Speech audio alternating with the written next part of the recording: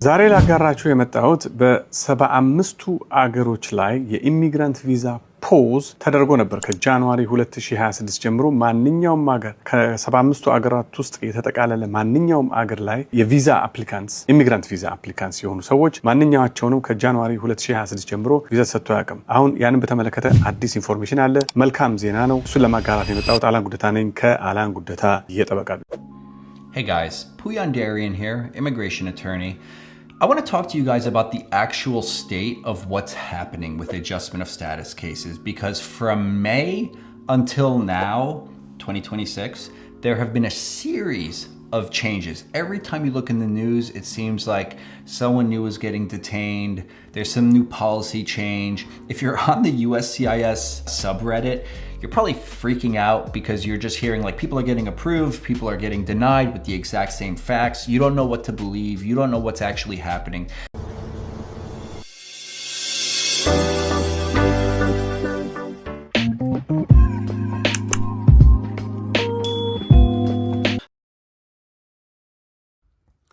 ሰላም ጤና ይስጥልን። በሁሉም በአምሳዎቹም የአሜሪካ ግዛት ለምትኖሩ የኛ ሰው ትውልደ ኢትዮጵያውያን ኤርትራውያን እንዲሁም ከአሜሪካ ውጭ በተለያየ አገር ሆናችሁ ይሄን ዜናና መረጃ በመስማት ላይ ለምትገኙ ሁሉ በቅድሚያ የከበረ ሰላምታችን በያላችሁበት የዓለም ጥግ ሁሉ ይድረሳችሁ። በዛሬው የአሜሪካ የኢሚግሬሽን የዜናና የመረጃ ጊዜ አብዛኛዎቹ ሰበር ብስራት የሆኑ ዜናዎች ናቸው። አንዳንዶቹ ደግሞ ትንሽ አስከፊ ዜናዎችም ተቀላቅለውበታል። ሁለቱንም የማቀርብላችሁ ሲሆን ኢትዮጵያን ጨምሮ በ75 ሀገራት ላይ ተጥሎ የነበረው የግሪን ካርድ የቪዛ እገዳ ተነስቷል የሚል መረጃ ካላን ጉደታ የጠበቃ ቢሮ መረጃ ተላልፏል። ዝርዝሩን በቀጥታ ከራሱ አንደበት ከሰማችሁ በኋላ የኛ ሚዲያ ደግሞ ከነጭ አሜሪካዊ ጠበቆች ያገኘውን መረጃ ጨምሮበታል። ሁሉንም ትሰሙታላችሁ። አሜሪካ ውስጥ የሚኖሩ ሀበሾች በአጀስትመንት ኦፍ ስታተስ ግሪን ካርድ ለማግኘት ከፈለጉ ወደ ሀገራቸው ኢትዮጵያ ሂደው እንዲያመለክቱ የሚያስገድድ አዲስ ሕግ ወጥቷል። ይህ ሕግ ሁሉንም አይመለከትም። ታዲያ የሚመለከታቸው እነማንን ነው? በዜና ወጃችን በዝርዝር አቅርበነዋል። ከዚሁ ጋር ተያይዞ ደግሞ እዚህ ላይ የነጭ ጠበቃ ፑያን ዳሪን የሰጠውን ልዩ ማብራሪያ በቀጥታ ቃል በቃል አካተነዋል።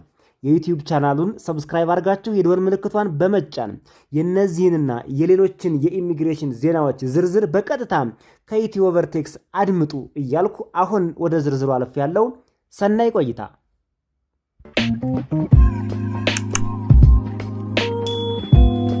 ወደ ቀዳሚው ዜናና መረጃ ስናልፍ ኢትዮጵያን ጨምሮ አሜሪካ በ75 ሀገራት ላይ የግሪን ካርድ የቪዛ እገዳ መጣሏ ይታወቃል። የቪዛ እገዳው ከተጣለበት ሰዓትና ጊዜ ጀምሮ አንድም ትውልደ ኢትዮጵያዊ በግሪን ካርድ ቪዛ ወደዚህ ወደ አሜሪካን ሀገር አልመጣም። ይህ ሕግ የበርካቶችን ሕይወት ያጨለመ ብዙ ቤተሰቦችን የለያየና የበታተነ ሕግ ነው።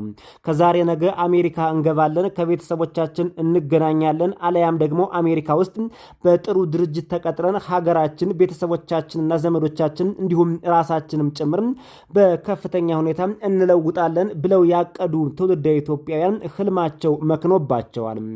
ታዲያ ዛሬ ከአላን ጉደታ የጠበቃ ቢሮ በዚህ ዙሪያ ሰበር የብስራት መልካም ዜና አለኝ ብለዋል።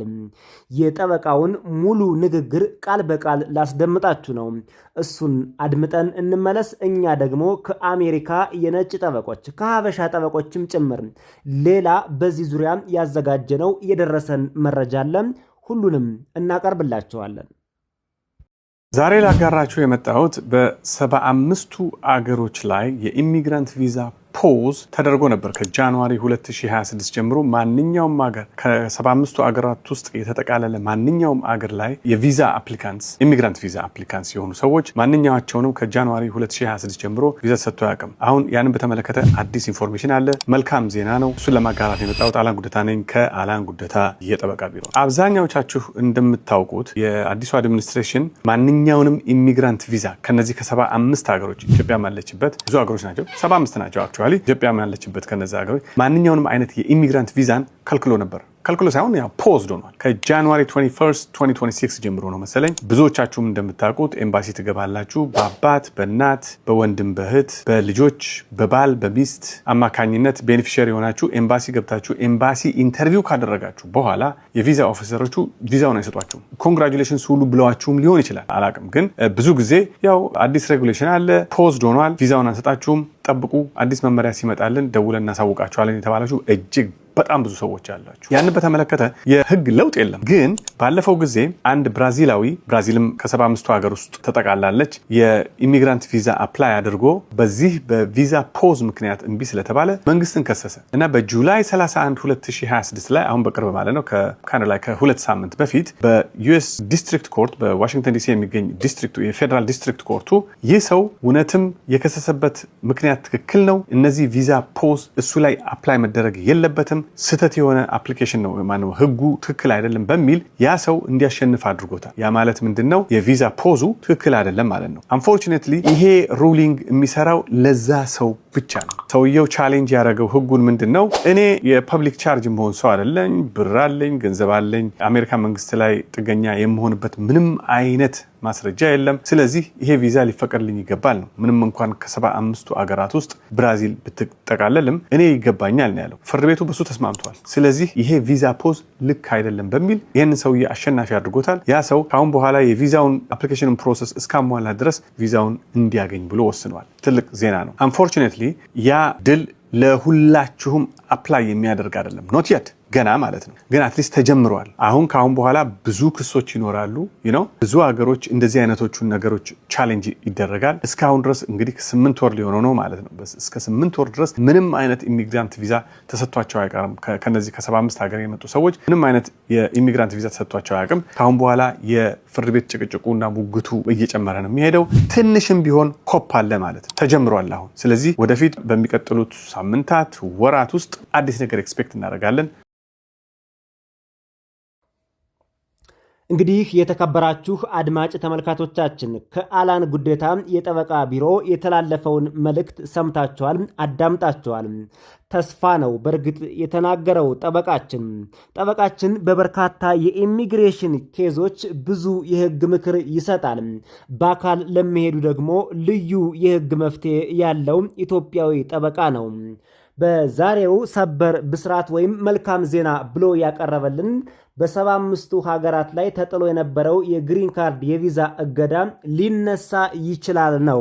ለዚህ ደግሞ እንደ ዋና ኤቪደንስ ያቀረበው አንድ ሜክሲኮዊ አሜሪካን ሀገር ፍርድ ቤት ቀርቦ ተከራክሮ እኔ የግሪን ካርድ ቪዛ ያስፈልገኛል የሚለውን ፍርድ ቤቱ ከወሰነለት በኋላ እሱን ነው እንደ ኬዝ አድርጎ ያቀረበው። በነገራችን ላይ የአንድ ሜክሲኮዊ ኬዝ ብቻ ሳይሆን ከዚህ በፊት የ83 ስደተኞች የግሪን ካርድ የቪዛ እገዳችን ይነሳልን ብለው ፍርድ ቤት ክስ አቅርበው እገዳ ከተጣለባቸው ሀገራት መካከል 83 ግለሰቦች ወደዚህ ወደ አሜሪካን ሀገር በፍርድ ቤት ተከራክረው ገብተዋል። ይሁን እንጂ የአሜሪካ ወይም አሜሪካ በ75 ሀገራት ላይ የጣለችው እገዳ የነዚህ የተወሰኑ ግለሰቦች የፍርድ ቤት ኬዝ ሙሉውን አሰርዞታል ማለት አይቻልም። አሁንም ድረስ አሜሪካ በ75 ሀገራት ላይ የጣለችው የቪዛ እገዳ ሙሉ በሙሉ እንደተጣለ ነው። የተነሳ ነገር የለም። ወደፊት እንደሚነሳ ተስፋ እናደርጋለን። ጠበቃው እንደተናገሩት አዎ እውነት ነው፣ ተስፋ እናደርጋለን። ሁሉም መቼም ተስፋ መቁረጥ አያስፈልግምና በተስፋ የምንኖርባት ዓለም ስለሆነች አሜሪካ ይሄን ሕግ ልታነሰው ትችል ይሆናል ብለን በተስፋ እንጠብቃለን። እስካሁን ግን በ4 ነጥብ የተደመደመ ነገር የምንነግራችሁ የተነሳ ነገር የለም። የቪዛ እገዳው ተጠናክሮ እንደቀጠለ ነው። ይህ 4 ነጥብ ወደ ቤታችሁ ይዛችሁት የምትሄዱት እውነተኛው ትክክለኛው መረጃ ይሄ ነው። ይህ በፈረንጆቹ አቆጣጠር ጃንዋሪ ላይ የወጣው አዲሱ ሕግ እና የ75 ሀገሮች የኢሚግሬሽን ቪዛ ግሪን ካርድ እገዳ እስካሁን ድረስ በይፋ አልተነሳም። ለነጭ ጠበቆች በኤስኤምኤስ ቴክስት ልከን የተላከልን ነው በቀጥታ ደግሞ የምናቀርብላችሁ። በህዝብ ሸክም ወይም ፐብሊክ ቻርጅ ምክንያቶች በዩናይትድ ስቴትስ የውጭ ጉዳይ መስሪያ ቤት ተግባራዊ የተደረገው ይህ እገዳ ህጋዊነቱን በመቃወም በፌዴራል ፍርድ ቤቶች ክርክሮች ቢኖሩምና ለአንዳንድ ግለሰቦች ቢፈረድላቸውም ፖሊሲው ግን አሁንም ሙሉ በሙሉ በስራ ላይ ነው የሚል መልስ ደርሶናል። ሙሉ በሙሉ እገዳው እንደተጣለ ነው የሚል ነው ቃል በቃል የተነገረን ምላሽ የሚያሳየው። ዋና ዋና ነጥቦቹን ደግሞ በዝርዝር አስቀምጦልኛል። ከውጭ ሀገር የሚደረግ የቪዛ ሂደት ለተጠቀሱት 75 ሀገሮች ዜጎች በውጭ ሀገር በሚገኙ የአሜሪካ ኤምባሲዎች ወይም ቆንስላ ጽሕፈት ቤቶች በኩል የሚደረግ የመጨረሻ የግሪን ካርድ እድሳትና አሰጣጥ ታግዷል። እድሳትም ታግዷል ነው የሚለው እንግዲህ የደረሰን መረጃ እንደሚያሳየው ማለት ነው። በአሜሪካ ውስጥ የሚደረግ የሁኔታ ማስተካከያ አጀስትመንት ኦፍ ስታተስ እገዳው የሚመለከተው ከውጭ ሀገር የሚደረግን ሂደት ብቻ ስለሆነ በአሁኑ ወቅት በአሜሪካ ውስጥ በመገኘት በዩኤስአይኤስ ፎርም I-485 በኩል ግሪን ካርድ እየጠየቁ ያሉ ግለሰቦችን አይመለከትም። ቀድመው አሜሪካን ሀገር የገቡ ከሆኑ በተለያየ አጋጣሚ በቲፒኤስ፣ በሪፊውጂ፣ በአሳይለም ዋቲቨር በየትኛውም ሁኔታ ቀድመው ይሄ ህግ ከመውጣቱ በፊት አሜሪካን ሀገር የገቡት እናንተን አይመለከትም። እናንተ የሰላም እንቅልፍ መተኛት ትችላላችሁ። ይሄኛውን እገዳ አልፋችኋል። ለእናንተ ደግሞ ሌላ ቻሌንጅ አለ። እሱን ቀጥዬ ነው የማቀርብላችሁ። ስለዚህ አዲስ ለሚያመለክቱ ወይም ደግሞ ከጃንዋሪ 15 2026 በኋላ ላመለከቱ ነው የታገደው ሙሉ በሙሉ እገዳው የሚሰራው ማለት ነው። ከዛ በፊት ግን ፈጣሪ ረድቷችሁ እግራችሁ ከኢትዮጵያ ወጥቶ ወደዚህ ወደ አሜሪካን ሀገር እግራችሁ ሾልኮ ገብታችሁ ከሆነ ይህ ህግ እናንተን አይመለከትም ማለት ነው። የቃለ መጠየቅ ቀጠሮዎችንም ነግሮኛል። ጉዳዩ የሚመለከታቸው አመልካቾች የተያዘላቸውን የቆንስላ ቃለ መጠየቅ እንዲገኙ አሁንም ጥሪ ቢደርሳቸውም ወይም ደግሞ ቢመከሩም ነገር ግን ፖሊሲው እስኪቀየር ወይም በፍርድ ቤት ውሳኔ እስኪሻር ድረስ የቪዛው የመጨረሻ ፈቃድ መያዙንና መታገዱን በግልጽ እነግርሃለሁ ይላል። ስለዚህ ለኢንተርቪው ሊጠሯችሁ ይችላሉ ኤምባሲዎች። የኢትዮጵያ ኤምባሲ ለኢንተርቪው ሊጠራችሁ ይችላል። ለዶክመንት ሊጠራችሁ ይችላል። ለተለያየ መረጃ ቀጠሮ ሊሰጣችሁ ይችላል። ነገር ግን የመጨረሻዋን ቪዛ የግሪን ካርድ የምታስገኘዋን እሷን ቲተር አድርጎ ማተም ረግጦ ለእናንተ መስጠት አይችልም። ታግዷል ማለት ነው።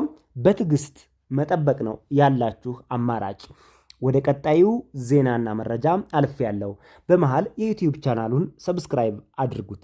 እርግጠኛ ነኝ ይህ የዩቲዩብ ቻናል ለእናንተ ቢቻል 100% የሚጠቅም መረጃ ካልሆነ ግን ምንም እናንተን የማይጎዳ መረጃ ነው የሚተላለፈው። አመሰግናለሁ። ቀጥያለሁ። ወደ ቀጣዩ ዜናና መረጃ ሳልፍ አሜሪካ ውስጥ የሚኖሩ ሀበሾች ግሪን ካርድ ለማግኘት ከፈለጉ ወደ ሀገራቸው ወደ ኢትዮጵያ ሂደው እንዲያመለክቱ የሚያስገድድ አዲስ ህግ ይፋ ሆኗል። ይህ ለኢትዮጵያውያን ወይም ለሀበሾች ብቻ የወጣ ህግ ሳይሆን ለሁሉም ስደተኞች የወጣ ህግ ነው።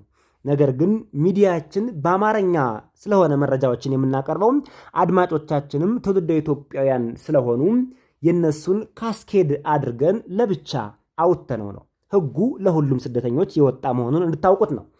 በአሜሪካ የኢሚግሬሽን ህግ መሰረት በአሜሪካ ውስጥ ሆኖ ግሪን ካርድ የማመልከት ሂደት አጀስትመንት ኦፍ ስታተስ ፎርም I-485 እና ከአሜሪካ ውጭ ደግሞ በኤምባሲ በኩል የሚደረግ የግሪን ካርድ የማግኘት መንገድ ሁለቱ የተለያዩ ናቸው። ታዲያ የትኛው ነው የተከለከለው? የትኛው ነው የተፈቀደው? እነማን ናቸው ከአሜሪካ ወጥተው ወደ ኢትዮጵያ የሚሄዱት? እነማን ናቸው እዚሁ አሜሪካን ሀገር ቀርተው የግሪን ካርድ ፕሮሰሳቸውን ማስቀጠል የሚችሉት? የትኛው ኬዝ ነው በብዛት ለግሪን ካርድ እየተፈቀደለት ያለው? ህጋዊ ዶክመንት ያለው ነው ወይስ የሌለው ነው? ህጋዊ የስራ ፍቃድ ያለው ነው ወይስ የሌለው ነው? ባጭሩም ህጋዊ የስራ ፍቃድ ሳይኖራቸው ለግሪን ካርድ አጀስትመንት ኦፍ ስታተስ የሚጠይቁ ሰዎች ምን ሆኑ? እንዲሁም ህጋዊነታቸውን አሟልተው የጠየቁትስ ምን ሆኑ የሚለውን ደግሞ ከነጭ ጠበቃ እዚህ አሜሪካን ሀገር በኢሚግሬሽን ኬዝ ከሚሰራ ከነጭ ጠበቃ ፑያን ዳሪያን ጋር ልዩ የሆነ መረጃ ያስተላለፈበትን እጋብዛችኋለሁ። እሱን አድምጠን እንመለስ። Hey guys, Puyan Darian here, immigration attorney. I want to talk to you guys about the actual state of what's happening with adjustment of status cases, because from May until now, 2026, there have been a series of changes. Every time you look in the news, it seems like someone new is getting detained. There's some new policy change. If you're on the USCIS subreddit, you're probably freaking out because you're just hearing like people are getting approved, people are getting denied with the exact same facts. You don't know what to believe. You don't know what's actually happening. So let's go through a quick history of just what's happened in the last 3 months and what that actually means for what we're seeing on the ground with real life cases, because I focus my practice on adjustment of status. Most of my cases are marriage-based adjustments and adjustments for parents and naturalization. Like those 3 things are what I mostly do. We also do tons of consular processing cases from abroad, which are a little more straightforward unless you're from one of the 75 countries that have a visa pause right now. It's really a ban until the Trump administration leaves office. Discussion for a different topic. So anyway, the biggie that's happened is the May adjustment of status memo that had everyone freaking out. Like it basically said that we're killing adjustment of status absent exceptional circumstances. Like it is an exceptional form of relief. ስትከታተሉት የነበረው በአሜሪካን ሀገር የኢሚግሬሽን ጠበቃ ሆኖ የሚሰራው የጠበቃ ፑያን ዲያሪያን ንግግርና መግለጫ ነበር። ጠበቃው እንደተናገረው እናንተም እንደሰማችሁትና እንዳዳመጣችሁት በአሜሪካን ሀገር በአብዛኛው እኔ የማማክራቸውና በጥብቅና የምሰራባቸው ኬዞች ከኢሚግሬሽን ኬዞች መካከል አጀስትመንት ኦፍ ስታተስ የሚባለው ነው ይለናል። በብዛት ደግሞ በትዳር ነው ሰዎች ወደ አጀስትመንት ኦፍ ስታተስ እየገቡ የሚገኙት ይላል። ታዲያ እኔ ባለኝ ተሞክሮና ልምድ አለ ወይም ብዙ በሰራዋቸው ኬዞች በአጀስትመንት ኦፍ ስታተስ ኢቭን ነው የሚለው የመስሪያ ፍቃድ የሌለው ኤምፕሎይመንት አውቶራይዜሽን ዶክመንት ማለት ነው። ህጋዊ የሆነ የመስሪያ ፍቃድ የሌለው እንዲሁም ወደ አሜሪካን ሀገር ህጋዊ የሆነ የመግቢያ ቪዛ የሌለውም እንኳን ጭምርም ለአጀስትመንት ኦፍ ስታተስ ሲጠይቅም ሲከለከል አይቼ አላውቅም። ብዙም አይከለከሉም። በእርግጥ ህጉ ለ75 ሀገራት ሲሆን የተለየ ክብደት አለው። ከ75 ሀገራት የመጡትንም ጭምርም በጥብቅና አማክሬ ተሳክቶላቸዋል። ትልቁ ችግር ግን ለአጀስትመንት ኦፍ ስታተስ ስታመለክቱ ረጅም ጊዜ ይቆያል። በጣም ዲሌይ አለ። እሱ ነው እንደ ትልቅ ችግር ያየሁት። ከዛ ውጭ ግን አሁን በሚዲያ እንደምንሰማው ብዙም እየተከለከለ አይደለም። በእርግጥ በቅርብ ጊዜ ብዙ ወከባዎች አሉ። ብዙ እገዳዎችና ክልከላዎች ወጥተዋል። እኔ ያማከርኳቸው ኬዞች ግን እንደዚህ አይነት ነገር አልገጠማቸውም። በተለይ ደግሞ ህጋዊ የመስሪያ ፍቃድ ኤምፕሎይመንት አውቶራይዜሽን ዶክመንት እንዲሁም ወደ አሜሪካን ሀገር ህጋዊ የቪዛ መግቢያ ላላቸው አጀስትመንት ኦፍ ስታተስ በጣም ቀላል ነው የሚል ነው የሰጠው ምክር ሐሳብ። ያድርግልን ነው የምንለው። እንግዲህ ምናልባት እሱ የያዛቸው ኬዞች ብቻ ነው የሚሆነው። ይሄ በሱ ንግግር ተነስተን ጄኔራላይዝ ማድረግ አይቻልም። እሱ የያዛቸው ኬዞች 20፣ 30፣ 40 ሊሆኑ ይችላሉ። ነገር ግን በአሜሪካ ውስጥ የኢሚግሬሽን ኬዙ በሚሊዮን የሚቆጠር ህዝብ ነው በየጊዜው ወደ ኢሚግሬሽን የሚሄደው። 2 ሚሊዮን፣ 3 ሚሊዮን፣ 4 ሚሊዮን ኬዝ ባለበት አንድ ጠበቃ እነዚህን እሱ ስላልገጠመው ችግሩ አይከሰትም ብሎ መደምደም አይቻልም። ለማንኛውም ጥሩና መልካም የሚባል መግቢያ ነው የሰጠን። ነገር ግን በግንቦት 2026 ወይም ሜይ 2026 አዲስ የፖሊሲ መመሪያ ወጥቷል አጀስትመንት ኦፍ ስታተስን በተመለከተ ብዙዎቻችን እንደሰማ ነው። ታዲያ አሁን ኦገስት 2026 ላይ ያለው ወቅታዊ የፖሊሲ ሁኔታ ምን ይመስላል የሚለውን ልንገራችሁ።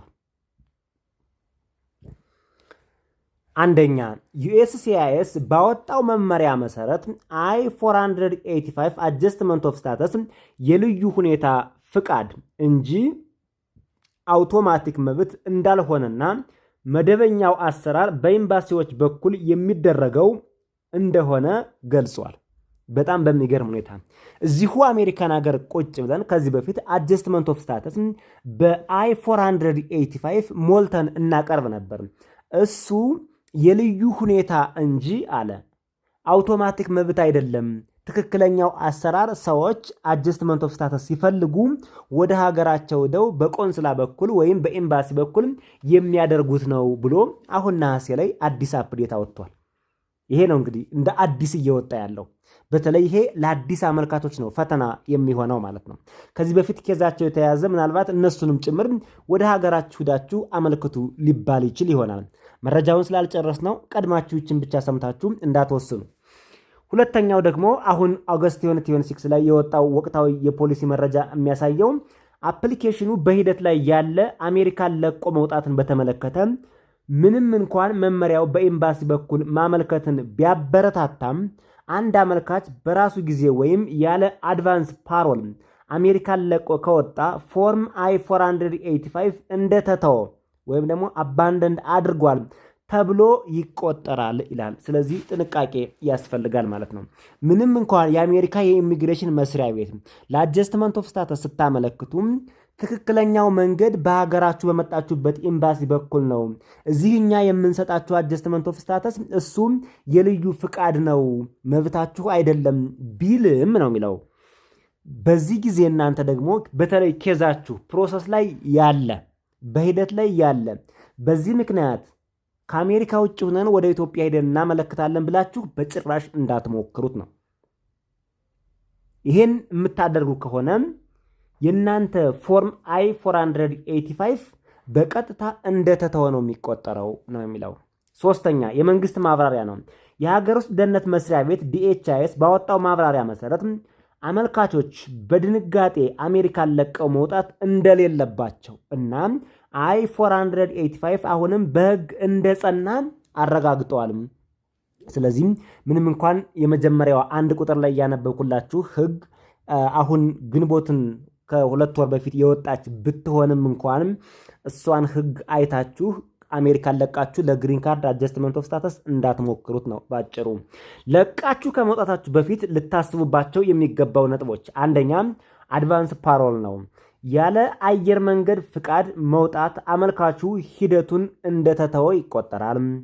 የ3 እና የ10 ዓመታት እገዳ፣ በአሜሪካ ውስጥ ያለ ህጋዊ ቪዛ አውት ኦፍ ስታተስ የቆየ ሰው አሜሪካን ለቆ ሲወጣ አውቶማቲክ የ3 ወይም የ10 ዓመት አሜሪካ የመግባት እገዳ እንደሚጣልበት እንድታውቁ፣ የኮንስላር ውሳኔ ይግባኝ አለመኖሩን፣ ወደ ኢትዮጵያ ሄዳችሁ ለአጀስትመንት ኦፍ ስታተስ ስታመለክቱ ምናልባት ኢትዮጵያ ውስጥ ያለው የአሜሪካን ኤምባሲ የእናንተን ኬዝ ቢጥልባችሁ ወይም ውድቅ ቢያደርግባችሁ ምንም አይነት ይግባኝ የማቅረብ እድሉ እንደሌላችሁ እወቁት። ምክንያቱም የይግባኝ ሰሚ ፍርድ ቤቶች ያሉት እዚህ የአሜሪካን ሀገር ነው እንጂ ኢትዮጵያ ውስጥ ስለሌሉ። ይሄን ህግ ተረዱ። ያልገባችሁ ግራ ያጋባችሁ ነገር ካለ ደግሞ ኮሜንት ላይ ብትጠይቁን ምላሻችን ፈጣን ነው።